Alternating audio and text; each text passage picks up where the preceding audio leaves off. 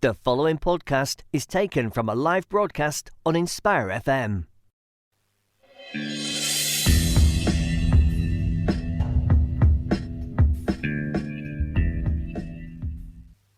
Assalamu alaikum and welcome to the Book Club show on Inspire 105.1 FM. My name is Imrana Mahmood. Today I'm so excited. I've got an amazing panel of guests with me in our virtual studio today discussing a beautiful anthology called Cut from the Same Cloth. The little subheading is Muslim Women on Life in Britain. It's been edited by Sabina Akhtar, who is in the studio with me today, alongside a few of the other contributors. So what I'll do is I'm going to just start with a bit of a blurb, read the blurb from the back to give you an idea of what this book is about, and then we will have an interesting conversation, hopefully, inshallah, with our guests today. So the blurb itself begins with, from modern pop culture to anti-blackness, faith and family, politics, education, creativity and working life. This anthology gives visibly Muslim women a space to speak. There's a spoiler alert, we won't be answering the usual questions. Perceived as the visual representation of Islam, hijab-wearing Muslim women are nevertheless rarely afforded a platform on their own terms. Harangued by awkward questions, radical commentators sensationalizing our existence, non-Muslims and non-hijabis making assumptions, men speaking on our behalf, or stereotypical norms being perpetuated by the same old faces, hijabis are tired. Cut from the Same Cloth seeks to tip the balance back in our favour. Here, 21 women of all ages and races look beyond the tired tropes, exploring the breadth of our experience and spirituality. It's time we, as a society, stop with the hijab splaining and make space for the women who know. So that is an awesome blurb, and I was really happy to receive my copy in the post. I started reading it straight away, and I had actually just, I think I was just saying on social media, when I unpacked my book, my daughter saw it, so my 11-year-old looked at it and she's like, oh look, there's women wearing hijab in the cover, and it was a really warm moment, I think, for me and my daughter just to be able to see that, because definitely I think growing up, I don't think I could ever have imagined to, I know we talk a lot about representation. I'm sure we're going to talk a lot about that today with our guests as well. But these things, they're important, and I think they do have a profound effect, even if I think it's sometimes a bit incremental over time. So coming on to our guests for today. So I will just short blurbs, I think, or biogs for the contributors. So Sabina Akhtar is a writer, editor and an arts and culture programmer working across a variety of literature festivals.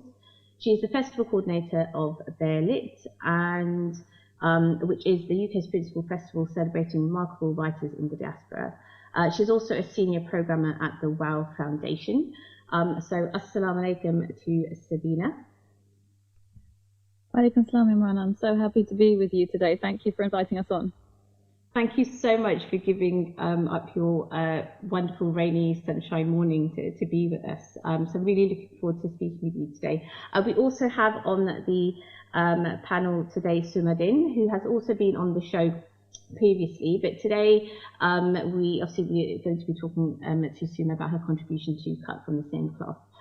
So Suma is an author and freelance researcher based in Buckinghamshire. Her titles focus on social justice, education, faith and women. She taught in the supplementary and education sector for many years and has written non-fiction resources for children. And I'm just to tell our listeners, I'm giving a very short snippet of the amazing things the ladies have achieved. So forgive me for that. It's just the time. So assalamu alaikum, Suma. How are you this morning? Salam, Imrana. Really great to see you again, talk to you again, and looking forward to this conversation.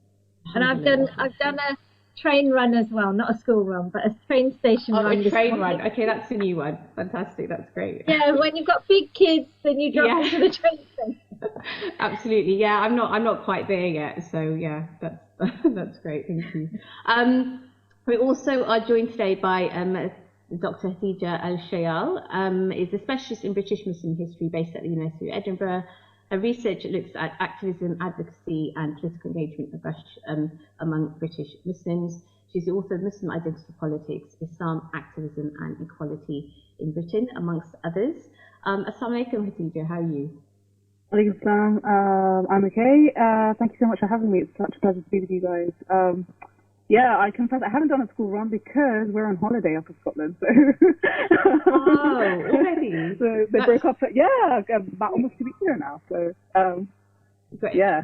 Scotland always bucking the trend, aren't they? Especially. Yeah, I know. That's right. I am meaning to visit Scotland as soon as lockdown is over, inshallah, because it's definitely a place I'm going to visit. Alhamdulillah. And last and not least, we are also joined by Fatah Hassan. She is a writer who aspires to publish a novel. She's regularly on Twitter at Fatah, which we can share social media handles a bit later, posting memes as well as discussing her love of reading. As an avid reader, Fatah maintains ties with the publishing industry by reviewing books and talking about her journey towards her first novel, which is amazing and fantastic. Assalamu alaikum, Fatah. Wa alaikum assalam, everybody. Thank you for having me, Imrana. No, thank you so much. I'm really excited just to talk about this amazing book. So, cut from the same cloth. I guess maybe we should start off with Sabina. Might be a good place to start. And I just wanted to know, what was the inspiration behind this anthology? Wow, that's a big question, Imrana. I think, rather than a light bulb moment, it was more of a kind of chipping away over the years. I think all of us here can relate to the fact that, we see tired stereotypes of Muslim women all the time. And I just thought, I never see the Muslim community that I know and love. I never see us fully represented. And even with the book, really, people have asked me why I cut from the same cloth with a question mark. And it's a provocation. It's an invitation to readers, whoever you are, to actually really think about who it is you think a Muslim woman is. In the media we see, oppressed stereotypes, or we see women in places like Luton who are hounded by media when just doing things like, their grocery shopping. If you open a newspaper, you think Muslim women are just in Britain. All they do is, hover around greengrocer stalls all day. And also it's about who we think is synonymous as a Muslim woman. Is it an Asian woman in a shalwar kameez? Because that's not, I am an Asian woman, but that's not, who I think of when I think of the Muslim community. So I just wanted to widen the pool of what we had available for Muslim women to see. And also, you mentioned your daughter. I myself have a teenage daughter, among others, and I wanted her and her generation to have something where they could feel like, oh, I recognise this. This feels more like, the Islam and the Muslim women that I know. Yeah, that was an inspiration. Yeah, and it's a beautiful inspiration, I think to have. And just to echo what you're saying in terms of, I guess, the Luton context, obviously, which a lot of our listeners will be able to relate to, and it's true. It's that kind of binary, and it's really odd because it is that thing of the typical Asian-looking woman, or is it, complete.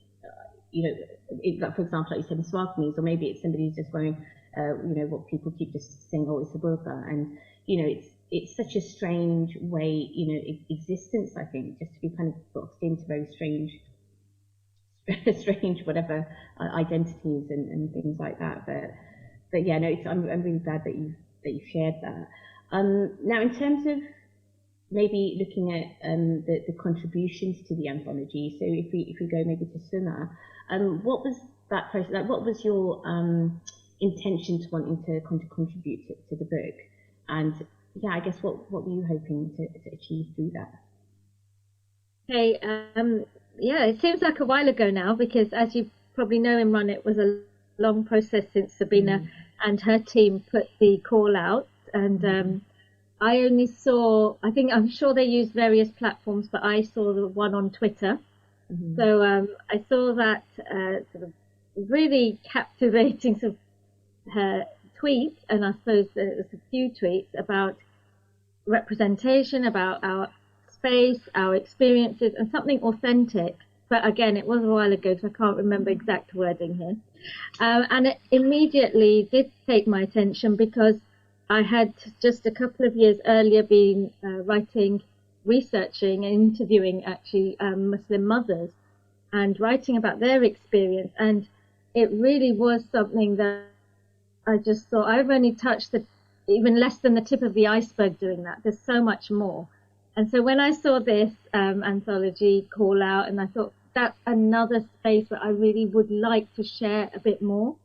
Didn't actually know what the details would be, but yeah, as I inquired, found Sabina, mashallah, just really open, and the lack of boundaries that she had in terms of what we could submit, and her team. I think there was two or three of you, Sabina, correct me if I'm wrong, who kind of put ideas out, and they had a very good, I think what got me as well was they had a really good video that they'd made about them discussing the idea and the ideas that for this book.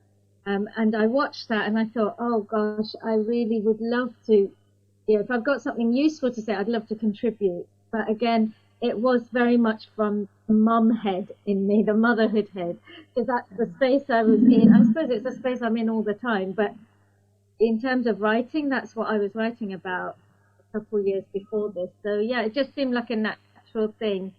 And in submission process was very, very pleasant, easy, non-stressful when I compare it to some other publishing pursuits I've had.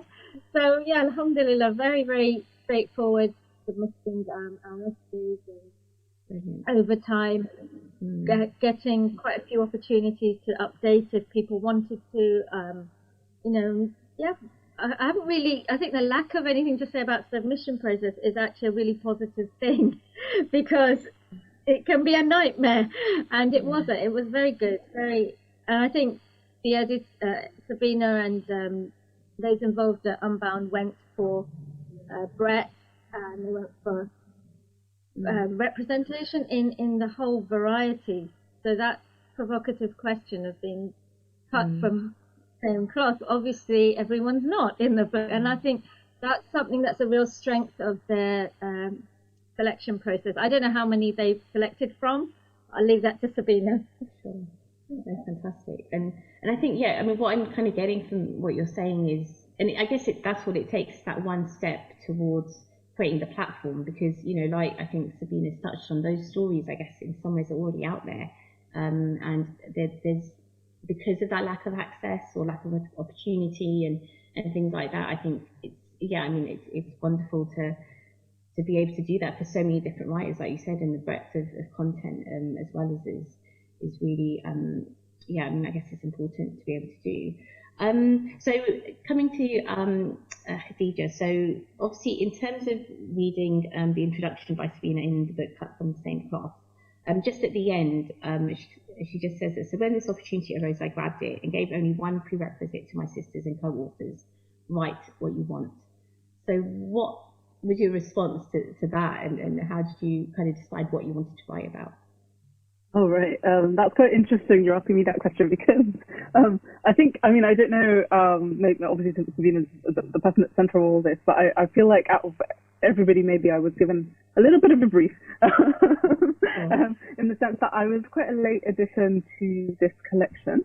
And I think it was at a point where not just, I think, gosh, wow, it feels like a long time ago now, maybe a year or so ago, when we're in the middle of all the pandemic, the first sort of lockdown, and when Sabina asked me, well, we'd really like to have something reflecting on the pandemic because it's coming out right in the middle of the pandemic. So, but that was the only brief I was given. So the rest of that was my decision, and I was very privileged and touched to be approached to be involved with all these wonderful sisters, many of whom I know personally, and some who I've really enjoyed getting to know. It's really, I really do want to learn what a strength the diversity of these contributors here is, and what a beauty it is. But I think for me, the reason why I chose to focus on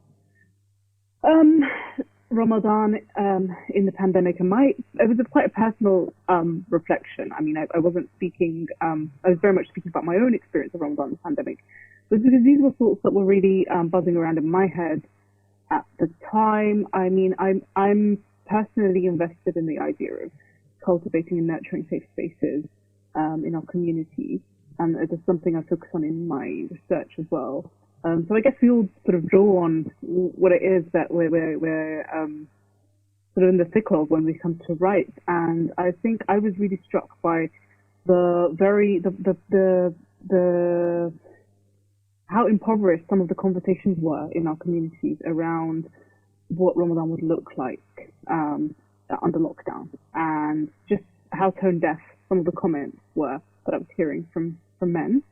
And I wanted to document that really and give a window into how I was processing that as somebody who, and you know, this is something that's not exceptional. All mothers I know experience Ramadan in isolation or semi-isolation.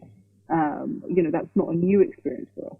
And so I sort of wanted to put that out there and again be provocative, I guess, but also to validate what it was that, you know, I mean, we bear these difficulties or these restrictions and constraints often in silence with nobody really to listen. People don't give us the time of day to talk about them. We feel like we're being a pain to talk about them or we feel like we're being bad mothers, you know.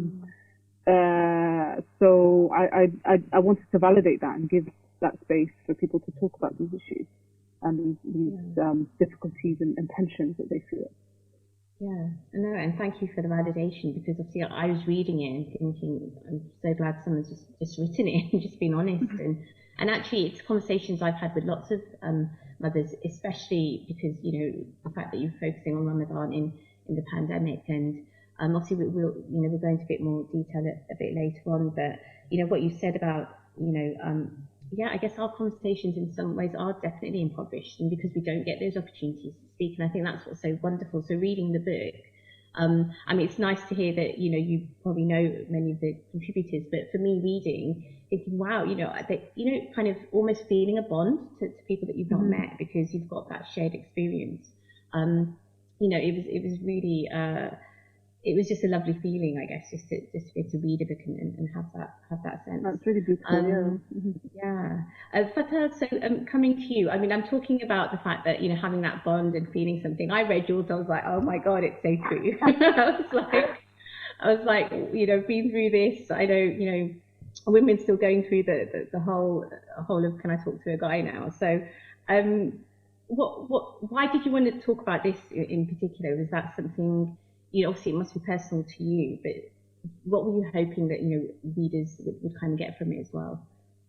Well, for me, while I was writing this out, I was like, I think I was in university, so I think it was my second year.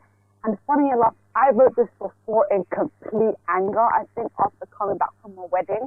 And I was just on the keyboard, just like, you know what, I'm going to do this, I'm going to say all this, And while I was writing it was after a conversation I had with family and friends and the internet, and we were making little jokes of us, like telling, like our parents and aunties telling us, no, don't talk to boys, it's haram. And then as soon as you're graduated or as soon as you got a diploma in your hand, it's, where's the special man that's supposed to whisk you away on like a white horse and take you away? Yeah. And it was the complete like opposite for me. And it was my father always telling me, no, finish your degree, make sure you work. And I was like, okay, so there's two sides to the story when it comes to can I talk to guys, like especially from the standpoint where you have your dad that's telling you, you know what, just forget about it, put it in the back of your head. And then like you have your mom's friend and they come over for some tea and you kind of sit, when you're age appropriate, you come and you listen to the conversations going on and you're like, wow, so this is what happens when you go like a bit older and you get to puberty. You hear aunties are very specific in what type of man you're supposed to be looking to. And it's also the frustration where it's like, so you need to tell me I could have been dating in high school or I could have been dating in college. I know it's haram, but like I could have been getting, you know, some miles in and practicing or something like that. And it's also the fear as well, because you're just told, no, the men are the cheeky men, don't talk to them, or guard yourself, your modesty, your chastity. And now they're just like, go explore into the world, and you know, and it's quite scary at times, and it's frustration because you don't have someone telling you, okay, there are a collective of guys which are good, and there are a collective of guys which are bad, and there are the ones, you know, who want to do other stuff with you, and it's like you're left into the jungle. Yeah, for sure. And I think it is there's so much, I guess, to even unpack in the essay and what you talk about, because it does touch upon so many different things in terms of, you know, just cultural expectations, but just wider, you know, society as well. And even, you know, we talk about gender segregation, you know, within our communities, what does that actually mean? What's the impact of it? And but yeah, I mean, I love the way that you just kind of brought the essay together and the way it was written. And I think, you know, lots and lots of, regardless of age, I think I'm sure we'll like relate to it. So in terms of maybe just coming back to Sabina for a moment. So Suma mentioned Unbounders. So could you talk a little bit about that process and how that was different to, you know, maybe a different type of book being published? Yeah, so it was definitely a non-traditional route, and I think that probably speaks a lot to the state of the publishing industry, to be honest with you, and what they deem as marketable Muslim women, and that's not us. You know, that's not people who look like us. So yeah, Unbound are a crowd-funded publisher, so we crowdfunded to get this book made, and for me that feels even more special. You know, it was a hard process. It was a long slog for us, don't get me wrong, but it's lovely for me to look at the back and see the contributors and, you know, see people that you know, people that you don't know, see all these names at the back of these people that invested in you and, you know, actually said, we do want to hear what you've got to say. And we started the crowdfunder in Ramadan, and we completed it in the last 10 nights of Ramadan. So, and we got the book in Ramadan. So it felt like such a wonderful way and such a positive journey. So yeah, for me, the process, you know, it turned out well, I think, for all of us, didn't it? Alhamdulillah. So it's so nice to hear, and I think that, you know, yeah, and there's definitely a blessing in it. I think the intentions of what the reason, I guess, behind the book, it definitely comes through, I think, for myself as a reader.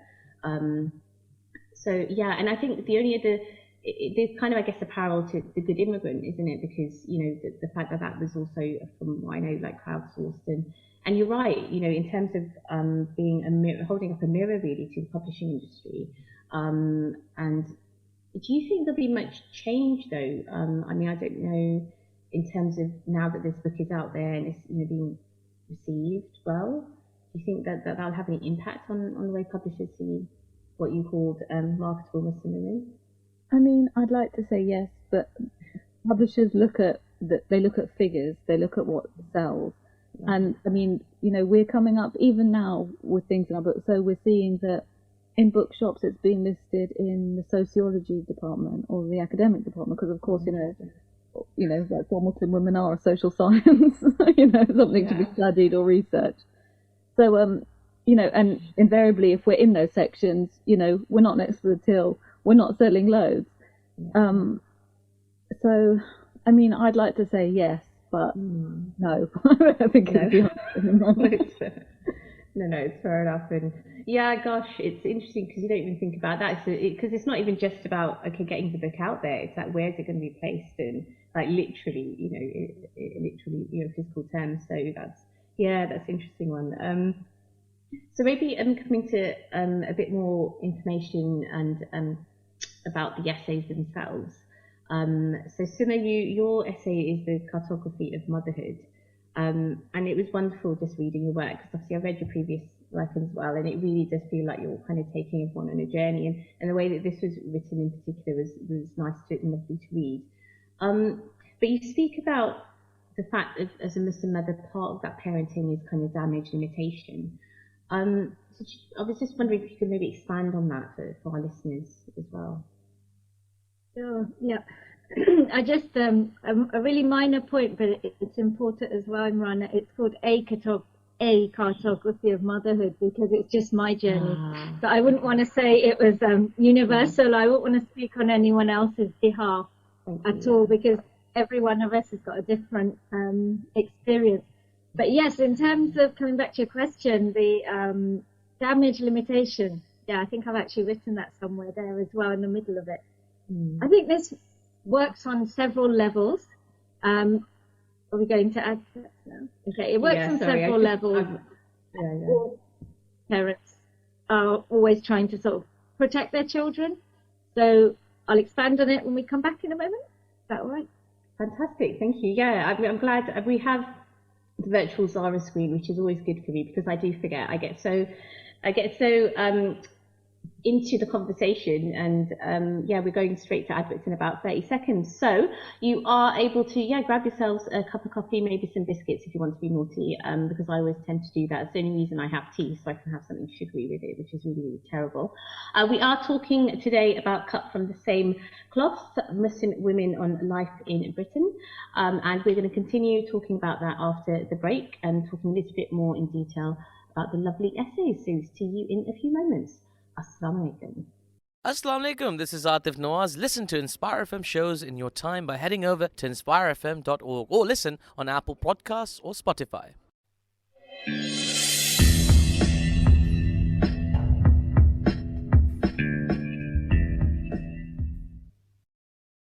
And welcome back to the Book Club show on Inspire 105.1 FM. I am your host Imrana Mahmood, and today we are discussing Cut from the Same Cloth, Muslim Women on Life in Britain. And I'm really pleased to be joined in the virtual studio by Sabina Akhtar, who's the editor of the anthology, Dr. Hatija Al-Shial, Sumadin, and Fatah Hassan. We were just talking before the break about many different things, I guess. The idea of representation when it comes to Muslim women, but specifically visible Muslim women, the way that we're quite compartmentalized, I think, when it comes to identities. We touched upon a little about the publishing industry, and we, I think, probably would agree, many of us, that there's probably still a long way to go. But still, I guess, step by step, alhamdulillah, small changes can make eventually big differences, inshallah. And just before the break, Summer was talking about her essay that she's written in this anthology, which is a cartography of motherhood. And actually how important it is that I'd actually said the cartography, but actually it's not, and it's important. I wonder how much of that I was projecting on myself, thinking I love this essay so much, it has to be there. It was probably that's probably why the typo is there. But if we go back to Summa then, just to talk a little bit about when it comes to parenting, and you mentioned in your essay about damage, limitation, and yeah, what does that actually mean, and what impact does that have on not only our parenting, but also the children, the next generation we're trying to raise? Yeah, really, really good question, Imrana, because it is something that we don't talk about every day. And that's why I wrote about it, partly because parenting is, by its nature, it's a lot about protecting, nurturing, educating. That's just universal across the globe. But when we look at what we're doing, and when you hear what other parents are doing, and they've all got their own challenges depending on where they're coming from, how they're situated in their community. Everybody has challenges, so I'm not sort of belittling one. But as a Muslim parent, when you're parenting from a faith perspective, and that is the main identity for a lot of us, then it becomes a journey of trying to protect your children while keeping them informed and knowledgeable about the world, the faith, from a lot of the assumptions, a lot of the sort of media stories, a lot of the events, and a lot of the quite damaging stereotypes about them that are out there, and which you can't shelter them from. They are going to encounter them sometimes from nursery upwards. I hesitate rather not nursery, but actually there are several stories about very damaging assumptions made about and questions and comments to little children and their parents right from the youngest age. So while it's not the most sort of positive slant on motherhood and raising our children, it's so necessary that we as a community actually talk about it. And more than that, which is what this book gives, is an opportunity for those who are not in our community to understand what we're going through and how we are navigating, coming back to damage limitation, how we're navigating our children's lives so that they hear about atrocities around the world. We can't stop them hearing that, but how we then have to buffer that, explain, distinguish between our faith and crime, keep rebuilding their identity, keep resurfacing, and smoothing over not denying what goes on in the world. It's not about that, especially when we've got teenage children, and they're growing older. They will always know what's going on. But there's this constant work, and it falls into different zones. I often think of it like, like the underground zone map. So we've got there's a whole zone of racism, which our children generally will face anyway. That's almost like a given, sadly. Then there's another zone of the media headlines, which they encounter, whether it's radio, print, online. Then there's another zone of what they're going to encounter through the education system. We mums have to navigate that. And by mums, I'm using it loosely. I mean the main carer, whether that's grandmother, auntie, dad, uncle, whoever's the main carer. They have to constantly be navigating these zones. Then there's another big zone of government policy. So we're looking at prevent and that lens, which again, our kids are part of, and again, is very much part of our parenting.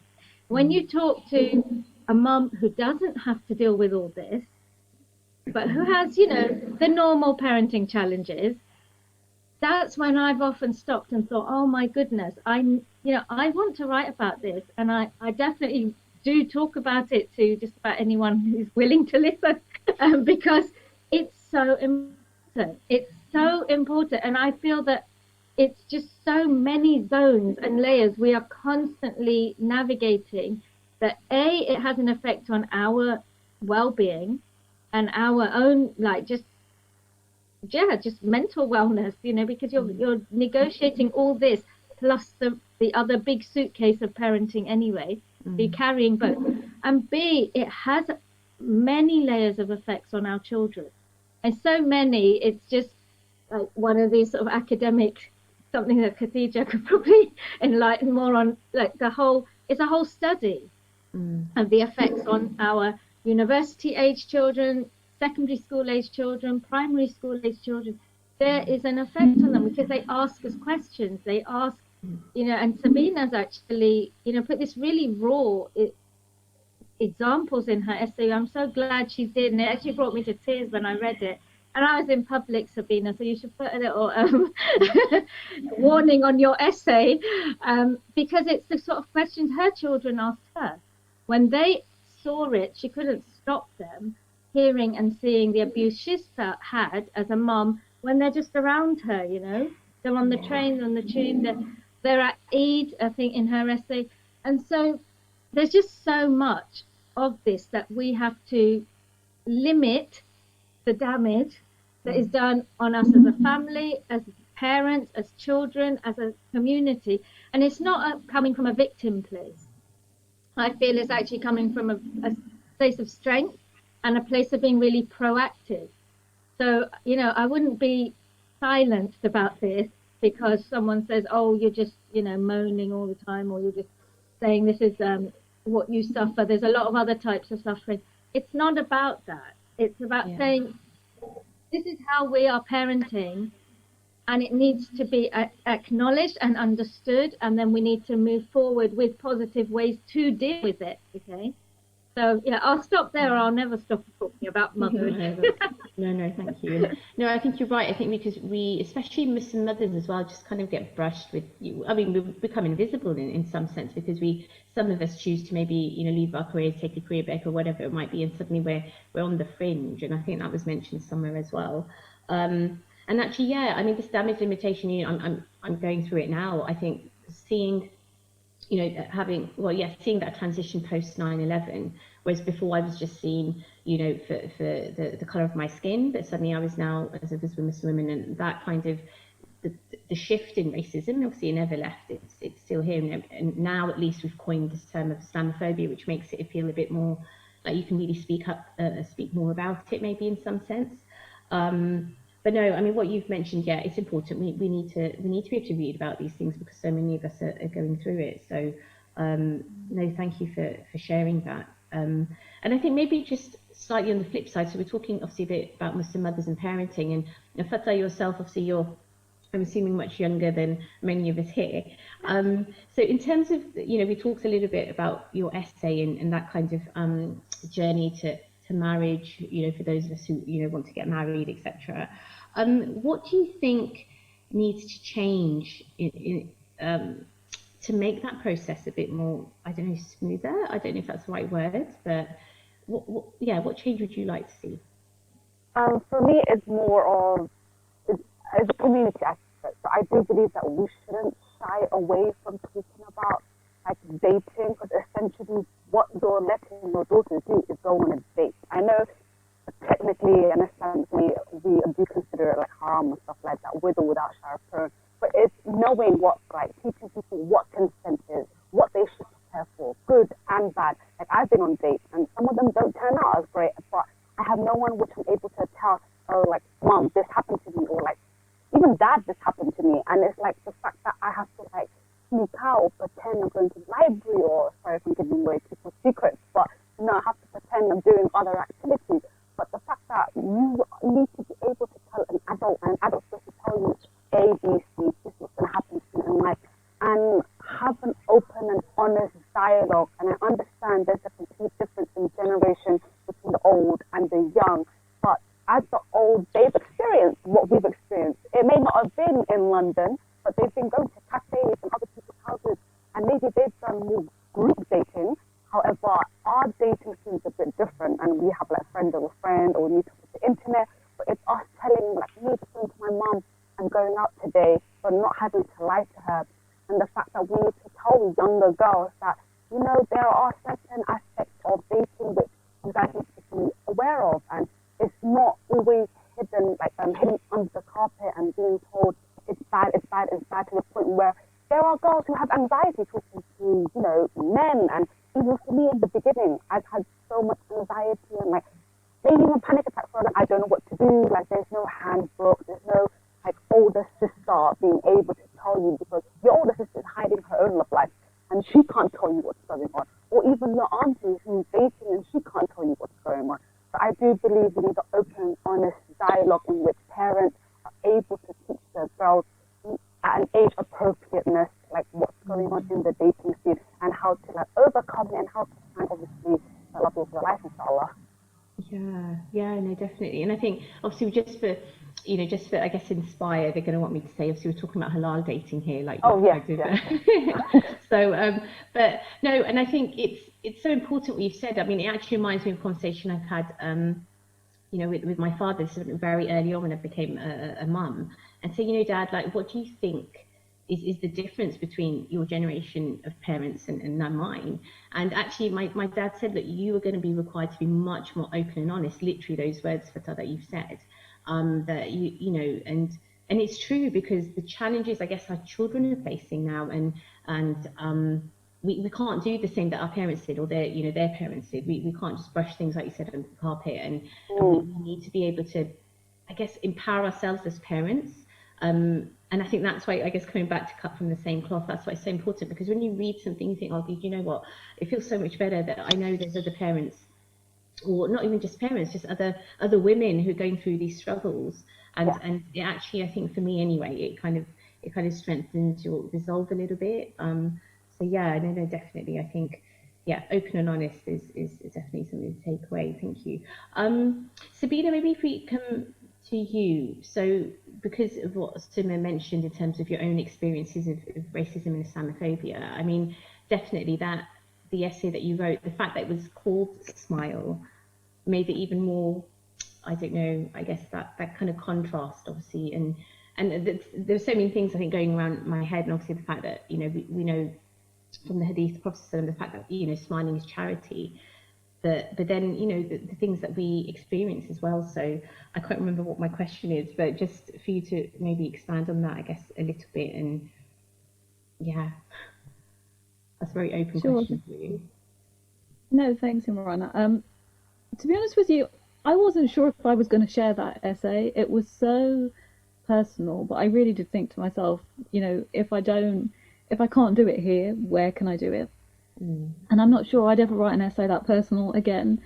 But I did know as well that these are conversations that I was having in private with friends, and it's what Suma said, you're scared almost to talk about these things publicly because people think that you're a victim what did you do? You know, what were you doing that caused somebody? You know, it's the age-old thing that people tell any woman. You know, what did you do to make this thing happen? So I think, yeah, from the perspective of as well, my kids, I thought I need to vocalize what's happening, and I need to document it, and I need to have a space for me to actually find out what my thoughts are on it. And I think I say in that, I say I don't have the answers, but what I needed was a space to just explore what was happening, and to have that conversation. So for me, that's what my essay is about. Yeah. It's just having that space. Yeah, and I think it's, I guess it's quite important that you've said that. I mean, the essays aren't necessarily trying to come up with solutions, are they? It's very much about everybody just sharing, yeah, I guess their feelings onto paper for other people to, yeah, I don't know, just to have that sense of validation, which I know we've spoken about before. So then maybe linking, some of that, Khadija, obviously to your essay, that we spoke a little bit about the fact that you touched upon, Ramadan during the pandemic, specifically. So do you think that the wider community, and I know when I sent you the questions, I put in brackets men, because that is definitely, I think when I talk about the wider Muslim community, we automatically, that is what it is, because obviously we're not the wider Muslim community as women. It does feel like that sometimes. Do you think then that things are going to improve, because obviously there's a whole thing about women not being granted access to even just the masjid, just the mosque? So do you think there'll be some change now that men have experienced some of what we have in the past? Again, this kind of takes me back to Savina's response to your question about publishing. I'd love to say yes, but to be absolutely honest, I think I'm at a stage in my life where, optimism is great, and it's good to be hopeful and to work towards, a better world. I don't want to take away from that at all, and I think that's something I'm very much invested in. But also, I need to see concrete sort of goodwill, at least intention and evidence that people want to change, and I'm not seeing that. And I'm somebody, I say this as somebody who, I talk a bit in the essay about people at the center of communities and people at the periphery of our community spaces. And, as women, we know that we are constantly at the margins of our communities for various reasons. And of course, that's not our only challenge. Again, we've talked about layers of difficulties and hazards that we have to navigate, in the wider society, in sort of our children's education. But even the sort of what should be our safest haven of our community spaces, our family existences, there are difficulties there, like our mosque institutions and this kind of thing. In terms of just not just, access is one way of looking at it, and part of me is a little bit, the conversation about women's access to mosques, it's taken on a life of its own, and I'm a little bit concerned about that, because it's very easy to reduce our marginalization in our communities just to that. There is so much more to it, and I think women claim spaces. If you look at mosques, even mosques where Muslim women don't necessarily have an adequate place to pray, often you'll find actually the people who are doing a large chunk of the volunteering, a large chunk of the fundraising, of the donation, everything behind the scenes are actually women, and they're not seeing the fruits of what they're putting into those communities. So it's really not just about sort of access to a prayer space. It's about something much, much more holistic than that. And I think it's a long while yet before our communities really grasp that and think about things in a much more joined up way. So yeah, I think, in this essay and other work I do, I'm trying to sort of make a dent in that. And I know so many other women who are, but it feels like it's still quite a long road ahead, if I'm absolutely honest. Sure. Yeah, and I think what you've said about that kind of wider context is definitely important. And you're right. I think sometimes even I do, the fact that, put things into, yeah, I guess just look at things in isolation, I guess, which is not necessarily the way to look at it. It is about looking at that bigger picture and seeing what, yeah, when we talk about access, or we talk about, and then I guess actually the overarching thing is that sense of our spiritual existence, which I think comes across in the book quite a bit, because regardless of the worldly, struggles, it's very much about actually how we're doing whatever we can to be closer to our creator, whether that's through hijab or activism, or through being parents, etc. And that definitely comes through in all the essays. So maybe one of the last questions to just focus on a little bit is kind of connected to Sabina's essay Smile, in which she says, to be gaslighted, to be expected to put up with violence by state or stranger, to abandon or become distracted from my religion, that's kind of linked to the experience of Islamophobia. It kind of made me think actually about Toni Morrison when she said that, the very function of racism is distraction. And I wondered actually, do any of you maybe feel or agree that all of what's being done to us is maybe in some sort of twisted way to distract us from practicing our deen and being like our full selves? So I don't know if, Hatice, did you want to maybe just have a short response to that? Yeah, I think I think there are different ways of looking at this, and I think I would, of course there are things that are being done to us, and there are things that we can allow that are being done sort of in spite of us, and we can allow those to distract us.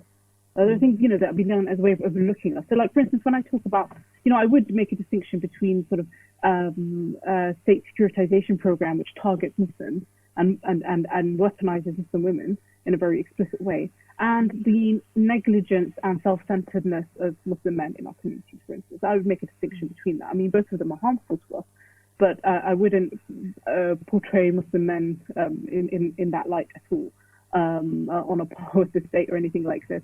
But I think, yeah, it does. I mean, it's something I wind up with in my own piece, and I know other people touch onto it as well. But ultimately, it's something I like to, when I get bogged down, with things, with challenges. I remind myself that we entered this world on our own, and we will leave it on our own, and we will stand before Allah on our own. And if I'm waiting for people to give me space to sort of have a spiritual Ramadan, then really there's something warped in my sense of how I approach this whole exercise. It is about centering Allah and centering yourself, and that's not to sort of let people off the hook or let structures off the hook, because we do have to hold them accountable. We do have to fight for our rights and stand up against injustice that's been enacted towards us and others, but also to continually come back to that center, which should be Allah, and our own sort of focus on our sort of own spiritual growth and our own well-being, and that is within all of our grasp. I'm not sort of, again, shrugging off the difficulty like obviously doing such, nourishing one's own spirituality in a community can be easier than doing it in isolation. So I'm not sort of brushing that away, but just having that sense of perspective, gives us validation and does away with the sort of gaslighting experiences that we have to contend with. Yeah, thank you. No, definitely. Fatah, did you want to come in on that question? That you feel that some of it is a distraction from being our full selves, or do you have any comments about that? Yes, I do see it as that, especially I think when you're especially in the younger generation, because you see it as like self-love, you see it as not cool, especially when it comes to like fashion and modesty and like being able to do what everybody else is able to do. You kind of start to disregard yourself, and you start to forget yourself and kind of let yourself go.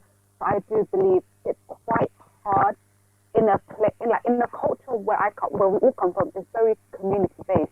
So thinking everything as individualistic and a dog eats dog world, and I have to look out for myself, you do start to forget what the message is as an ummah and how we need to all become, like, obviously we need an analogy about, as a body and stuff like that, but I think a lot of people do forget. Even if you stub your toe, the nerve receptors hit everywhere and we all end up feeling it. So I do believe that there is some individualistic